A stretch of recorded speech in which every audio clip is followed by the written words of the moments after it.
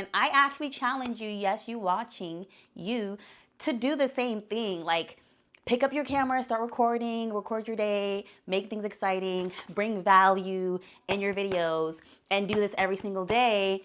Commit to it for like 30 days or something like that, and see how it goes, and watch how YouTube transforms and starts flooding you with the right people, your tribe, your audience. I'm doing a commitment series on YouTube to really see if the hype is real. I'm talking about, is it easy to grow on YouTube? Is it easy to make money? Can anybody really make money by doing the very bare minimum, by just posting every single day? So I'm posting every single day for at least 30 days.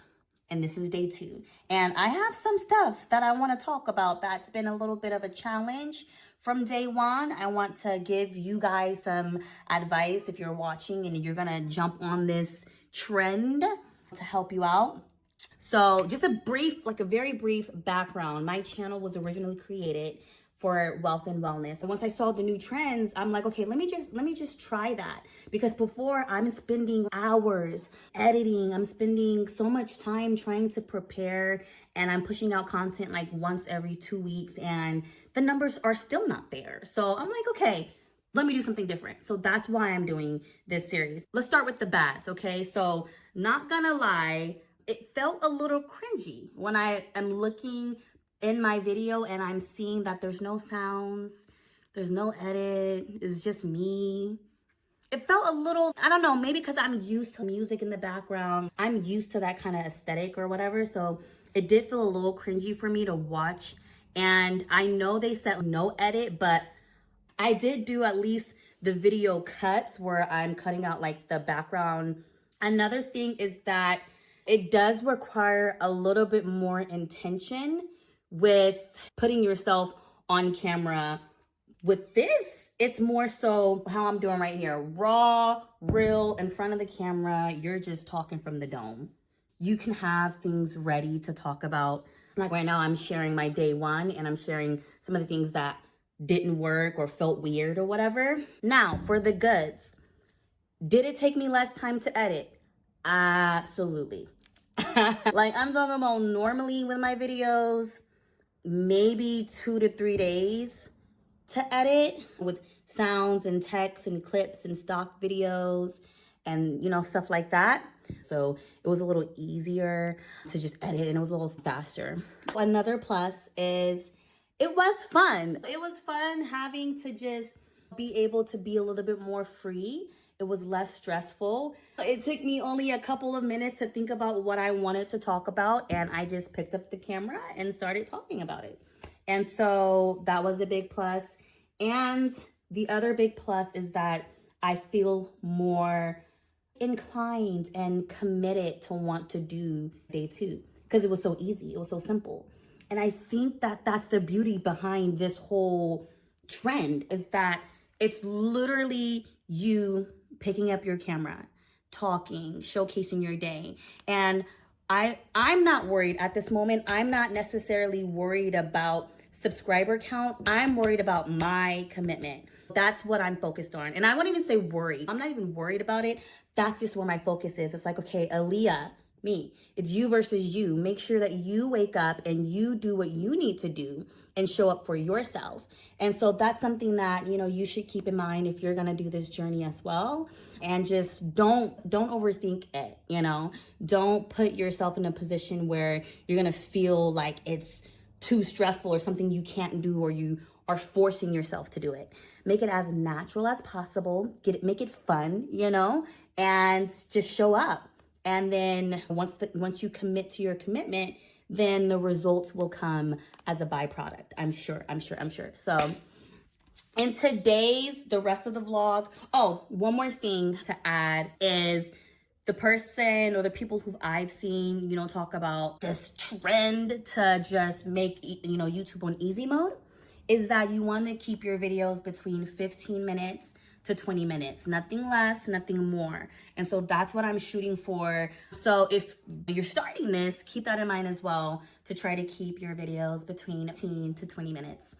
So, for the rest of this vlog, me and my son, we're gonna go to the gym and I'm gonna bring you guys with us. And of course, I'm gonna include one wealth topic at the end of the video. So make sure you stay to the end of the video or skip if you want to. I don't mind for that extra wealth topic bonus, okay? So let's go.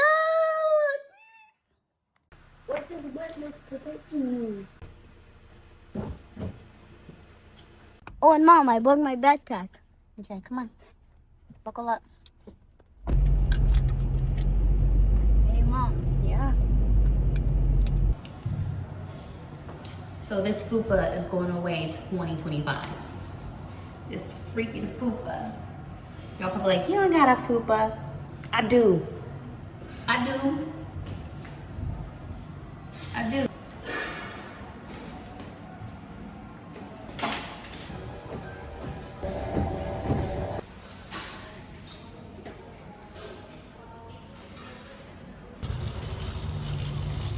Mom?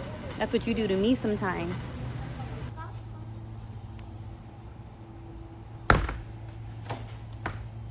Jimmy Beans. That he was craving them apparently.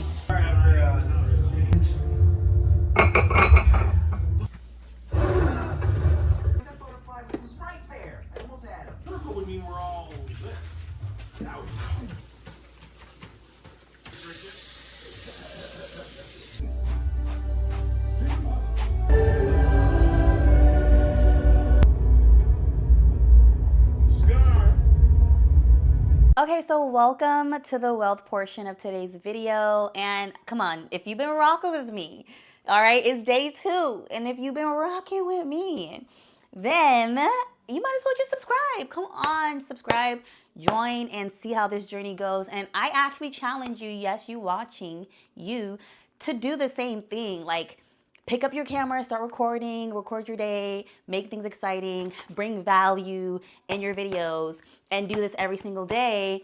Commit to it for like 30 days or something like that and see how it goes and watch how YouTube transforms and starts flooding you with the right people, your tribe, your audience, you know, the people who, you know, see your value and who want to be in a community with you.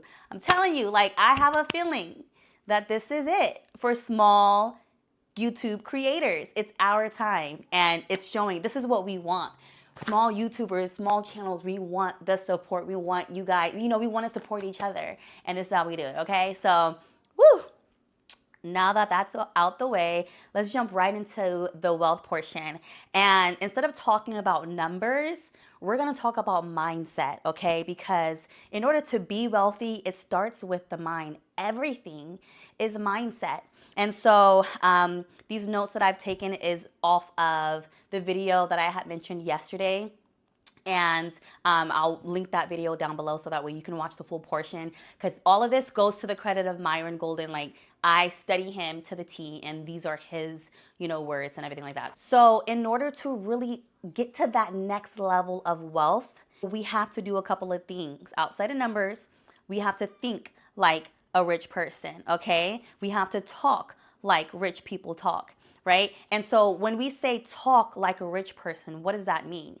It means you want to let your words empower your expectations, right? Let your words empower your expectations. What does that mean, Aaliyah? Well, that means you want to say things that's going to ignite your goals. Things like, oh, everything works out in my favor. My income is constantly increasing. Yo, I prosper wherever I go. Man, this is going to work out for me. YouTube is going to work out for me.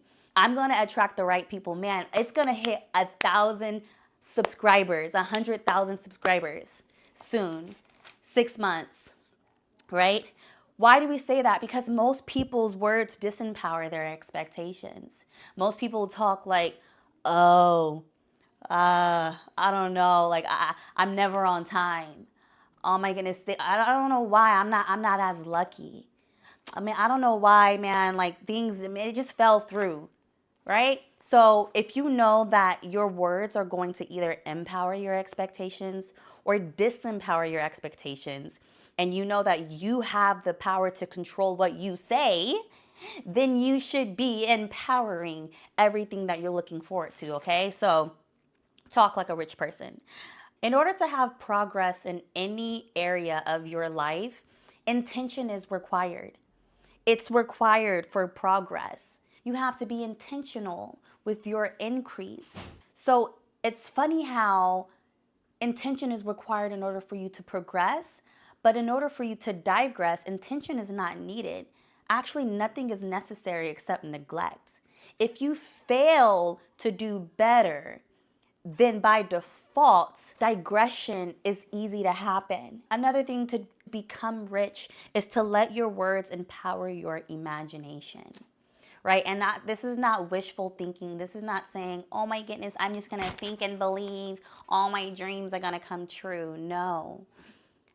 I'm just gonna say whatever I need to say in order for my dreams to come true. These are where your words ignite your imagination. Saying things like, my God, what if I start a business and it actually does 6 figures this year? My God, what if I take content seriously and I actually grow a community of people to hundreds of thousands or to thousands? And so you also want to let your words express your appreciation. It is beyond me that people take their gifts for granted. And what are gifts? Gifts are anything that you wake up to. The air, your steps, your feet, your body, your water, the food that you eat, the people that you talk to, your family, your loved ones, your friends. These are all gifts. And so why not, when you talk to somebody who you have a really good relationship with, why not let your words express your appreciation for that person? You know, when you're going throughout the day and you're just, the things that you're eating, you're saying, man, thank you for my food. Now, I'm so happy to have this plate in front of me right now. Another thing to be like the rich folk is that you have to take action like a rich person. And what do rich people do? Where is their action being directed? It's being directed at the things that they're good at. Because it's easier to focus on the things that you're good at than trying to resharpen and rebuild those semi-weaknesses. Why would you want to continue to build your armor over and over and over again when you would rather work with the nice sharp sword, a double-edged sword, right? And you know, you think about what you're good at, and you put all your attention into making yourself better. And if it's something that you really like to do, you're passionate at, but you're not good at it, then you become bad at it until a point where you are good at it. Because when you think about it, the real benefit of someone being completely bad at something, like if you're bad at public speaking or you're bad at sales and you think, oh my goodness, you know what, I'm not good at this, I'm horrible.